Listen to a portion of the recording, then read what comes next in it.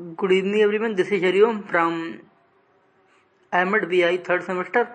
So today I will teach you unit number 3.1 psychosocial implication of visual impairment, यानी कि दृष्टिबाधिता के मनोसामाजिक प्रभाव। और पेपर का नाम है identification of children with visual impairment and assessment of needs, यानी कि दृष्टिबाधित बच्चों की पहचान एवं उनकी आवश्यकताओं का आकलन। ठीक है, पेपर कोड है BSB 106, ये स्पेशल पेपर है BI का। तो इसमें हम, जैसा कि हमने बताया कि हम यूनिट नंबर 3.1 पढ़ाएंगे, psycho social implication of visual impairment. तो साइको सोशल क्या होता है? साइको मीन्स मनोवैज्ञानिक, सोशल मीन्स सामाजिक, यानी कि मनोसामाजिक प्रभाव क्या क्या होते हैं जब कोई व्यक्ति ब्लाइंड हो जाता है, BI हो जाता है, विजुअल इम्पेयरमेंट हो जाता है। तो कुल मिला के इसका अर्थ ये हुआ कि दृष्टिबाधिता के कारण, ठीक है, किसी व्यक्ति पर मनोवैज्ञानिक रूप में और सामाजिक रूप में क्या क्या नकारात्मक प्रभाव या अन्य प्रभाव पड़ते हैं। तो हमें यही पढ़ना है, ठीक है। तो इसमें एक हमारे साइंटिस्ट हुए हैं लोवेनफील्ड, जिनको मतलब BI स्पेशलिस्ट भी हम बोल सकते हैं। मतलब दृष्टिबाधिता के क्षेत्र में बहुत ही इनका सराहनीय योगदान रहा है। लोवेनफील्ड, LOWEN स्पेस FELD, इन्होंने 3 लिमिटेशंस ऑफ ब्लाइंडनेस, यानी कि कोई व्यक्ति जब ब्लाइंड होता है, ठीक है, तो उसके जीवन में 3 तरह की सीमाएं, 3 तरह की बाधाएं आ जाती हैं। इनको ऑब्लिगेट लिमिटेशंस ऑफ ब्लाइंडनेस भी बोलते हैं। इन्होंने अंधापन यूज किया था, ब्लाइंडनेस, ना कि BI। तो जो कोई व्यक्ति पूर्णतया दृष्टिबाधित होता है, यानी कि दृष्टिहीन होता है, ब्लाइंड होता है, तो उसकी लाइफ में 3 लिमिटेशंस होती है, जिसमें नंबर 1 है हमारा restriction in the range and variety of experiences, यानी कि अनुभवों के क्षेत्र और विविधताओं में कमी। यानी कि जब कोई व्यक्ति ब्लाइंड हो जाता है तो वो, ठीक है, अनुभवों के क्षेत्र और विविधताओं में बहुत ही कमी महसूस करता है, ठीक है, ये उसका नकारात्मक प्रभाव हो गया। सेकंड उन्होंने बताया है कि restriction in the orientation and mobility, यानी कि जो हम कहें तो एक दूसरे जगह से आने जाने में समस्या, या उसको बोल सकते हैं restriction in the ability to get about, यानी कि बाहर आने जाने में समस्या। ठीक है, जब कोई व्यक्ति ब्लाइंड होगा तो आप समझ ही सकते हो बाहर आने जाने में कितनी समस्या होगी यदि उसे ट्रेनिंग ओरिएंटेशन मोबिलिटी की प्रोवाइड ना कराई जाए। लेकिन इस वाले प्रॉब्लम को काफी हद तक कम किया जा सकता है, लेकिन पूरी तरह से नहीं। अगर ओरिएंटेशन ट्रेनिंग और मोबिलिटी की ट्रेनिंग प्रोवाइड कर दो उसको, orientation and mobility training inspector के द्वारा, तो अच्छी तरह से वो इसको काफी हद तक मैनेज कर सकता है। तो और तीसरा नंबर का है हमारा restriction in the control with his oblique her self environment, यानी कि अपने स्वयं के वातावरण में नियंत्रण में कमी। यानी कि जो उसका वातावरण होगा आसपास का, उससे वो एडजस्ट नहीं हो पाएगा, उसे पता नहीं चल पाएगा राइट में क्या है, लेफ्ट में क्या है, इधर क्या है, उधर क्या है। तो कुल मिला के उन्होंने 3 लिमिटेशंस बताई थी। एक थी restriction in the range and variety of experiences, अनुभवों के क्षेत्र एवं विविधताओं में कमी। सेकंड नंबर का बताया था restriction in the orientation and mobility, यानी कि बाहर आने जाने में समस्या। थर्ड नंबर का बताया था restriction in the control with his oblique her self environment, यानी कि अपने वातावरण में नियंत्रण में कमी। तो ये तो रहा, इन्होंने 3 ही लाइनों में सारी चीजें बोल दी। कोई व्यक्ति दृष्टिहीन होता है तो उसकी लाइफ में 3 नकारात्मक प्रभाव पड़ते हैं, तो ये मनोवैज्ञानिक रूप से बहुत ही प्रभावित करते हैं, ठीक है। अब बात करते हैं कम्युनिटी, यानी कि समुदाय हमारे दृष्टिबाधित लोगों को किस तरह से नकारात्मक रूप से प्रभावित करता है या अन्य तरह से प्रभावित करता है। तो इसमें टाइप्स ऑफ कम्युनिटी की हम बात करते हैं। डिफरेंट टाइप्स की कम्युनिटी होगी तो उसी तरह के नकारात्मक या अन्य प्रभाव पड़ेंगे। जैसे कि अब हम बात करते हैं समुदाय के प्रकार और उनके effects on visual impairment persons, यानी कि कौन से प्रकार की समुदाय है और कौन कौन से प्रकार के प्रभाव उनके नकारात्मक रूप से पड़ेंगे। तो यानी कि टाइप्स ऑफ कम्युनिटी की बात करते हैं। तो इसमें पहले समुदाय का प्रकार है वो है ओल्ड कम्युनिटी। नंबर 1 है ओल्ड कम्युनिटी, यानी कि पुराना समुदाय। तो पुराने समय में जो दृष्टि बाधित या दृष्टिहीन लोग होते थे या अन्य विकलांगता वाले लोग होते थे, लेकिन यहाँ पे हम दृष्टि बाधितों की बात कर रहे हैं, तो उन्हें जीवन जीने का अधिकार नहीं था। क्योंकि पहले ये मानते थे, युद्ध का प्रचलन था कि जो लोग युद्ध में लड़ सकते हैं वही केवल उनको ही जीने का अधिकार है, उनकी ही जरूरत है, बाकी लोगों को जंगल में छोड़ दिया जाता था या उन्हें मार दिया जाता था या उन्हें समुद्र में फेंक दिया जाता था, उन्हें खाना नहीं दिया जाता था। ठीक है, तो कितना नकारात्मक प्रभाव पड़ता होगा मनोसामाजिक रूप से, आप समझ सकते हो। ठीक है, तो फर्स्ट पॉइंट हो गया। सेकंड हो गया हमारा चैरिटी बेस्ड कम्युनिटी। इसमें क्या होता था, दान आधारित समुदाय। इसमें लोग ये मानने लगे कि इन लोगों को दान कर दो तो हमें थोड़ी सी दया मिलेगी, हम स्वर्ग में जाएंगे, हमें थोड़ा और मतलब ये एक प्रकार की इसमें भी थोड़ी सी सोच थी, तो एक अलग ही थी। मतलब दान कर दो तो हमें अच्छा मिलेगा, अदरवाइज कुछ अच्छा फल उसका नहीं मिलेगा। ठीक है, तो वो लाइफ के आगे के बारे में सोचते थे कि जीने के बाद, और मतलब ये सब चीजें सोचते थे। ठीक है, अगर कोई कम्युनिटी दान कर देती थी तो उन्हें खाना पीना अच्छे से मिल जाता था, कोई कंबल दान कर देता था, कोई कुछ, कोई खाना, तो इस तरह से। ठीक है, थर्ड नंबर का आया राइट बेस्ड कम्युनिटी। तो राइट बेस्ड कम्युनिटी यानी कि अधिकार आधारित समुदाय, ये 20वीं सदी के आसपास आया। इसमें उनके लिए शेल्टर यानी कि रहने के लिए घर की व्यवस्था उनका बेसिक राइट माना गया, बेसिक अधिकार माना गया। उनके लिए मेडिकल फैसिलिटी यानी कि हॉस्पिटल खोले गए, उनका बेसिक राइट, फंडामेंटल राइट माना गया। उनके लिए एजुकेशन यानी कि शिक्षा बेसिक राइट बना। उनके लिए एम्प्लॉयमेंट यानी कि रोजगार के अवसर बेसिक अधिकार के रूप में दिए गए। तो ये राइट बेस्ड कम्युनिटी, अधिकार आधारित कम्युनिटी थी। तो इससे थोड़ा उनके ऊपर सकारात्मक प्रभाव पड़ा। नकारात्मक था लेकिन काफी हद तक प्रभाव सकारात्मक पड़ा है। ठीक है, यानी कि shelter, medical facilities, education and employment, ये 4 चीजों में पॉजिटिव रिजल्ट देखने को मिला है। ठीक है, इसके बाद फोर्थ नंबर का आएगा स्टेरियोटाइपिक सोसाइटी या स्टेरियोटाइपिक एटीट्यूड बेस्ड सोसाइटी, यानी कि रूढ़वादी सोच वाली सोसाइटी या समाज। तो इसमें क्या होता है, इसमें बहुत सारी कहावतें, नंबर 1 हो जाएगा, बहुत सारी कहावतें, जैसे अंधे के आगे रोना, अपनी आंखें खोना, मतलब आंखों के अंधे नाम नैन सुख। तो इनसे कितना बुरा प्रभाव पड़ता होगा नकारात्मक रूप से। ठीक है, दूसरा हो जाएगा कि जो दृष्टिबाधित व्यक्ति होते हैं वो गाना गा के ही काम चलाते हैं, सिंगिंग उनका पेशा है, इससे भी नकारात्मक प्रभाव पड़ेगा। थर्ड जो हमारा हो जाएगा, पुनर्जन्म का पाप है। दृष्टिबाधिता है वो पुनर्जन्म का पाप है,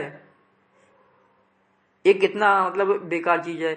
और चौथा हो जाएगा कि इनके पास छठी ज्ञानेंद्रिय होती है, ये भी एक बहुत बड़ा रूढ़िवादी सोच है। 5वां हो जाएगा चैरिटी के पात्र हैं ये, यानी कि दे आर द मतलब पात्रा पिटी, यानी कि पिटी के पात्र, दया के पात्र हैं, या दे आर एबल फॉर पिटी, यानी कि ये दया के योग्य हैं। 6 नंबर का जो हो जाएगा, उनको बार बार एहसास दिलाना कि आप ब्लाइंड हो। तो ये बहुत सारे रूढ़िवादी कहावतें हमने बताई थी, ये चौथे पॉइंट में हो जाएंगी। ठीक है, जैसे अंधे के आगे रोना, अपनी आगे खोना, ये कहावतें हो गई। ठीक है, और क्या हो गया, मतलब पुनर्जन्म का फल है। ठीक है, ये हो गया। और क्या बोलते हैं, चैरिटी यानी कि ये दया के पात्र हैं, इनके पास छठी ज्ञानेंद्रिय होती है, सिंगिंग इनका मतलब व्यवसाय हो सकता है।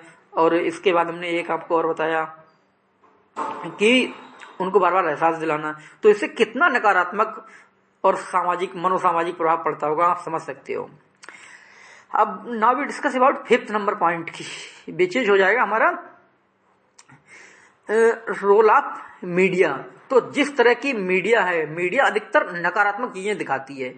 अगर मीडिया चाहे तो पॉजिटिव चीजों को दिखाए तो बहुत अच्छा होगा। देखो नकारात्मक में उन्होंने काबिल मूवी में रेप दिखाया है, और दिखाया है लोग ब्लाइंड लोग बैंक लूट रहे हैं, तो कितना मनोसामाजिक प्रभाव पड़ेगा। समाज के लोग मनोवैज्ञानिक तरह से क्या सोचेंगे, कितना नकारात्मक उसका इफेक्ट, नेगेटिव इफेक्ट पड़ेगा सोसाइटी पर। और वहीं अगर मीडिया चाहे तो जैसे श्री जगत गुरु रामभद्राचार्य हैं, इनके ऊपर कोई मूवी बनाए, कितना पॉजिटिव मैसेज जाएगा सोसाइटी में for person with visual impairment. S K Rongta साहब हैं, एडवोकेट हैं, सीनियर एडवोकेट हैं, उनके ऊपर एक मूवी बनाई जाए। एनएफबी के हेड भी हैं, चेयरमैन है, ठीक है, अध्यक्ष हैं। और इसके बाद श्रीकांत बोला के ऊपर तो मूवी बनी है। पहली बार एक अच्छा काम हुआ है कि बॉलीवुड इंडस्ट्री के जो मालिक हैं साउथ इंडियन के, आंध्रा के, उनके ऊपर श्रीकांत बोला नाम से एक मूवी बनी है। इसके बाद पहली लेडी आईएएस या ब्लाइंड आईएएस, मतलब क्या बोलते हैं उसको, प्रांजल पाटिल के नाम पे मूवी बननी चाहिए। तो जो महान हस्तियां हैं दृष्टिबाधिता के फील्ड में, जिन्होंने अच्छा काम किया है, सराहनीय कार्य किया है, उनके लिए सम्मानित किया जाना चाहिए दृष्टिबाधिता के दिन पर। ठीक है, मीडिया को चाहिए, मतलब वर्ल्ड डिसेबिलिटी डे के दिन पर, विश्व दिव्यांगता दिवस के अवसर पर, मतलब अवेयरनेस कार्यक्रम फैला के, तो मीडिया चाहे तो बहुत अच्छा अच्छा रोल प्ले करवा सकती है। अब प्रिंट मीडिया क्या करती है, बुक्स में एक चैप्टर आपने पढ़ा होगा छोटी बुक्स में कि एक पैर से आर्थोपेडिक डिसेबल्ड होता है, ठीक है, वो ब्लाइंड व्यक्ति के कंधों पे बैठकर भीख मांग रहा है। अब पढ़ता कौन है, पढ़ता है ओएच वाला, लोकोमोटर डिसेबिलिटी वाला, और ब्लाइंड है वो भिक्षा मांग रहा है। तो मतलब यानी कि उसमें दिखाया गया ब्लाइंड नहीं पढ़ सकते हैं, बस ओएच ही पढ़ सकते हैं। तो कितना नेगेटिव पिक्चराइजेशन किया गया है फॉर विजुअली इम्पेयर्ड पर्सन्स। तो इसमें ये है रोल ऑफ मीडिया। लेकिन रोल ऑफ मीडिया चाहे तो पॉजिटिव और नेगेटिव दोनों कर सकती है, लेकिन हमें मीडिया को ये चाहिए कि हम लोगों को जो मतलब एजुकेटेड कम्युनिटी है उनको चाहिए कि उसको इंस्पायर करें मीडिया को, क्योंकि मीडिया को भी इतनी अवेयरनेस नहीं होती है, उन्होंने कोई स्पेशल कोर्स नहीं कर रखा होता है। तो ये स्पेशल एजुकेटर्स और भी लोगों का, ये जो स्पेशल फील्ड में वर्क कर रहे हैं, एनजीओ वगैरह, सोसाइटी वगैरह, उन लोगों का एक काम है, फेडरेशन का काम है। तो इस तरह से हो सकता है रोल ऑफ मीडिया। अब now we discuss about 6 number point, which is educated मतलब सोसाइटी। एजुकेटेड सोसाइटी मतलब शिक्षित समुदाय। इसमें क्या है, बोलो क्या करेंगे, उन्हें एहसास नहीं दिलाएंगे आप ब्लाइंड हो। वो कहेंगे क्लासरूम में, इंक्लूसिव क्लासरूम में वहां ब्लाइंड बैठे हुए हैं, अच्छाई बैठे हुए हैं और नॉन डिसेबल्ड बैठे हुए हैं, वो कहेंगे सभी लोग अपनी अपनी किताब निकालो, पढ़ो। तो इससे ब्लाइंड भी अपनी रिकॉर्डिंग सुनने लगेगा या ब्रेल लिखने लगेगा, और या जो नॉन डिसेबल्ड है वो अपना कॉपी में देख के पढ़ेंगे, अच्छाई है वो अपना जैसे भी साइन लैंग्वेज में या फ्लो चार्ट से पढ़ेंगे। और अगर यहीं पे कोई अनएजुकेटेड होगा, अशिक्षित हो, वो कहेगा, क्या कहेगा, अपनी ब्रेल स्लेट निकालो और उसको टच करके पढ़ो। तो आपने कहीं ना कहीं एहसास दिला ही दिया ना। तो ये होता है। और एजुकेटेड फैमिली होगी ना, एजुकेटेड सोसाइटी होगी, जैसे कोई पर्सन जा रहा है तो उसका हाथ पकड़ लेंगे, अरे भाई आओ आपको छोड़ दें। जबकि नहीं, एजुकेटेड सोसाइटी होगी, अगर कोई जा रहा है वो उससे पहले ये पूछेगा कि क्या आपको सहायता की जरूरत है। अगर विजुअली इम्पेयर्ड कह रहा है कि सहायता की जरूरत है तो आप उसकी सहायता कर दो। और अनएजुकेटेड होगी, अशिक्षित होगी, वो क्या करेगी, उसका हाथ पकड़ेंगे, भाई आपको कहाँ जाना है, चलो छोड़ दे। तो मतलब उनको आप छोड़ रहे हो, तो यानी कि उन्हें आप एहसास दिला रहे हो कि आप वहां तक नहीं जा सकते हो। तो बस हमें क्या करना चाहिए, कोई विजुअली इम्पेयर्ड जा रहा है, ठीक है, उससे पूछो क्या आपको सहायता की आवश्यकता है भाई साहब या बहन जी। तो हाँ ठीक है तो उसकी हेल्प करिए। अदरवाइज अगर वो जा सकता है तो उसको बस सपोर्ट कर दो, आप इधर से ऐसे राइट लेफ्ट चले जाइए, तो उसे ये भी फील नहीं होगा कि हम दूसरे के ऊपर डिपेंड है, वो आसानी से जा सकता है। तो यही है, मनोसामाजिक रूप से यही सभी प्रभाव पड़ते हैं। पहला हमने लोवेनफील्ड के 3 लिमिटेशंस बताए थे, यानी कि restriction in the range and variety of experiences, यानी कि अनुभवों के क्षेत्र विविधता में कमी। दूसरा बताया था restriction in the ability to get about, यानी कि बाहर आने जाने की क्षमता में कमी। तीसरा बताया था restriction in the control with his oblique her self environment, यानी कि अपने वातावरण से नियंत्रण में कमी। और हमने टाइप्स ऑफ कम्युनिटी, यानी कि समुदाय के प्रकार बताए थे जिनका कि नकारात्मक प्रभाव अलग अलग पड़ता है। जिसमें पहला ओल्ड कम्युनिटी, इसमें ब्लाइंड व्यक्तियों को जला दिया जाता था, मार दिया जाता था, तो बहुत ही नेगेटिव नकारात्मक प्रभाव पड़ता था मनोसामाजिक रूप से। सेकंड नंबर का आया चैरिटी बेस्ड कम्युनिटी, यानी कि उन्हें दया की दृष्टि से देखा जाता था, दान दिया जाता था। अगर कम्युनिटी अच्छी होती थी तो दान दे दिया जाता था। ये 20वीं शताब्दी के आसपास की बात है, ठीक है, ये समराइज कर रहे हैं हम। थर्ड नंबर का जो पॉइंट है वो हमारा हो जाएगा राइट बेस्ड सोसाइटी, अधिकार आधारित समुदाय या राइट बेस्ड मॉडल। इसमें क्या था, ये 20वीं शताब्दी के बाद आई है, ठीक है। और उसमें क्या था, उनको शेल्टर यानी कि रहने के लिए स्थान, उनका राइट बना, ठीक है। उनके लिए क्या बोलते हैं, मेडिकल फैसिलिटी यानी कि हॉस्पिटल खोले गए, एजुकेशन यानी कि शिक्षा, एम्प्लॉयमेंट यानी कि रोजगार के साधन उपलब्ध कराए गए। तो इससे मनोसामाजिक रूप से उनके ऊपर अच्छा प्रभाव पड़ा। फोर्थ नंबर का स्टेरियोटाइपिक एटीट्यूड ऑफ द सोसाइटी या स्टेरियोटाइपिक एटीट्यूड बेस्ड सोसाइटी, मतलब रूढ़िवादी सोच संबंधी, सॉरी हिंदी में थोड़ी प्रॉब्लम हो रही है, रूढ़िवादी सोच संबंधी समुदाय। तो इसमें क्या होता है, बहुत सारी कहावतें हैं, बहुत सारे मतलब जैसे अंधे के आगे रोना अपनी आंखें खोना, अंधे मतलब आंखों के अंधे नाम नैन सुख, पुनर्जन्म का फल है, दृष्टिबाधित व्यक्ति गाना गा के काम चला सकते हैं, इनके लिए चैरिटी दान करना चाहिए, ठीक है, और उनको बार बार एहसास दिलाना, तो ऐसे करके, ठीक है। और कि मतलब इनको क्या करते हैं, इनके पास छठी ज्ञानेंद्रिय होती है, इस तरह से। 5th नंबर का है role of media. Role of media चाहे तो अगर नेगेटिव दिखाएगी तो नेगेटिव ही फैलेगा, अधिकतर नेगेटिव ही दिखाती है। पॉजिटिव हमने एक ही मूवी देखी है, नेगेटिव में तो काबिल मूवी है, उसमें बलात्कार दिखाया गया, बैंक लूटते हुए दिखाए गए ब्लाइंड, और जो नेगेटिव तो हो ही गया। अब पॉजिटिव में क्या है, पॉजिटिव में एक मूवी है कि जिसमें श्रीकांत बोला के बारे में बताया गया है, नेगेटिव में हमने बता ही दिया काबिल मूवी के बारे में। तो नेगेटिव या पॉजिटिव मतलब मीडिया के ऊपर डिपेंड करता है, ठीक है। 6 नंबर का हो जाएगा एजुकेटेड फैमिली। एजुकेटेड फैमिली हमेशा उन्हें एहसास नहीं दिलाएगी कि आप ब्लाइंड हो, वो क्या करेगी, उनके लिए हमेशा ही मतलब ऐसे ऐसे मतलब इंस्ट्रक्शन देगी कि उन्हें कभी फील ही नहीं होगा कि आप ये काम नहीं कर सकते हो। वो उन्हें कहेंगे अपनी ब्रेल बुक्स पढ़िए, पनिशमेंट में भी पूरा पूरा ये नहीं कि आपको सिंपैथी दिखा रहे हैं, वो एम्पैथी दिखाएंगे आपसे, आपको सपोर्ट तो करेंगे, लेकिन ऐसा नहीं कि आपको जाके छोड़ ही दिया, क्योंकि राइट जाओ लेफ्ट जाओ, वो आपके ऑल ओवर डेवलपमेंट में कुल मिला के हेल्प ही कर रहे होते हैं। तो इस तरह से मनोसामाजिक प्रभाव पड़ता है लोवेनफील्ड के अकॉर्डिंग, और अकॉर्डिंग टू द कम्युनिटी का टाइप किस प्रकार का है, तो इस तरह से। तो हमने आपको ये psycho social implication of visual impairment पढ़ाया, दृष्टिबाधिता का मनोसामाजिक प्रभाव। अगर इसमें कोई मिस्टेक थोड़ी बहुत हो गई होगी तो उसको हम कमेंट बॉक्स में पिन कर देंगे, तो आप लोग भी अपना सजेशन फीडबैक, ठीक है, कमेंट बॉक्स में हमारे व्हाट्सएप नंबर अभी हम बताएंगे। और अगर पर्सनली कोई हमें फोन करना भी चाहता है, जो शकुंतला मिश्रा चित्रकूट और देहरादून में स्टूडेंट्स पढ़ते हैं बीएड बीआई के स्पेशल पेपर के बीएसपी 106 का ये पेपर है, तो वो भी दे सकते हैं, ठीक है।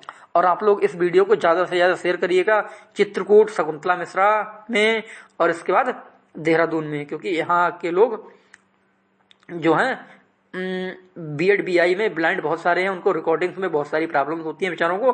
तो इस तरह से हमने बेचारा शब्द यूज किया, अभी हमारी एक मिस्टेक हुई है, क्योंकि बेचारे नहीं होते हैं, ये सिंपैथी हो गई, हमें एम्पैथी दिखानी चाहिए। तो हम अपनी गलती को खुद भी इम्प्रूव करते हैं, तो इस तरह से हमें करना चाहिए, ठीक है। तो नंबर हमारा है 9759328062, 9759328062, 9759328062, 9759328062। देखो, अगर आप लोगों का फीडबैक सजेशन अच्छा रहा और आप लोग इस वीडियो से बेनिफिट ले रहे हो, तो कमेंट बॉक्स करिए, जिससे हम मोटिवेट हों, और हम टाइम निकाल के ना एक वीडियो बनाने में 3-3, 4-4 घंटे, एक दिन भी लग सकता है बनाने में। कभी रिकॉर्डिंग खराब हो गई, किसी का फोन आ गया, और हमारे पास बहुत सारा काम रहता है, तो आप लोग अगर चाहोगे तो हम वीडियो 10-15 दिन में एक वीडियो बना दिया करेंगे, ठीक है। अगर टाइम मिल गया तो सप्ताह में 1-2 वीडियो, तो इस तरह से बनाते रहेंगे, ताकि हमारा पर्पज ये है इस पेपर में कोई फेल नहीं होना चाहिए, ठीक है। हमें डॉक्टर दिनेश सर ने मतलब जितना पढ़ाया है, डॉक्टर आशीष सर ने जितना पढ़ाया है इस पेपर के बारे में, उस पूरी नॉलेज को हम आप लोगों को देना चाहते हैं, ठीक है। क्योंकि सर का आशीर्वाद हमारे साथ है, तो हम कोशिश करेंगे कि उन्होंने जो पढ़ाया है, ठीक है, तो उसमें थोड़ा बहुत अपनी तरफ से कुछ जोड़ के अपनी भाषा में उसको कन्वर्ट करके कोशिश कर रहे हैं। बाकी अगर इसमें तब भी कोई कमी हो तो हम सर से पूछ के भी इसमें कुछ अडेप्टेशन या मतलब कुछ ऐड कर सकते हैं। तो बाकी हमें लग रहा है इतना भी आपके लिए सफिशिएंट है। एग्जाम में अगर लिख दोगे ना तो मार्क्स अच्छे मिलेंगे। बाकी थैंक यू एवरीवन, और thank you for watching this video.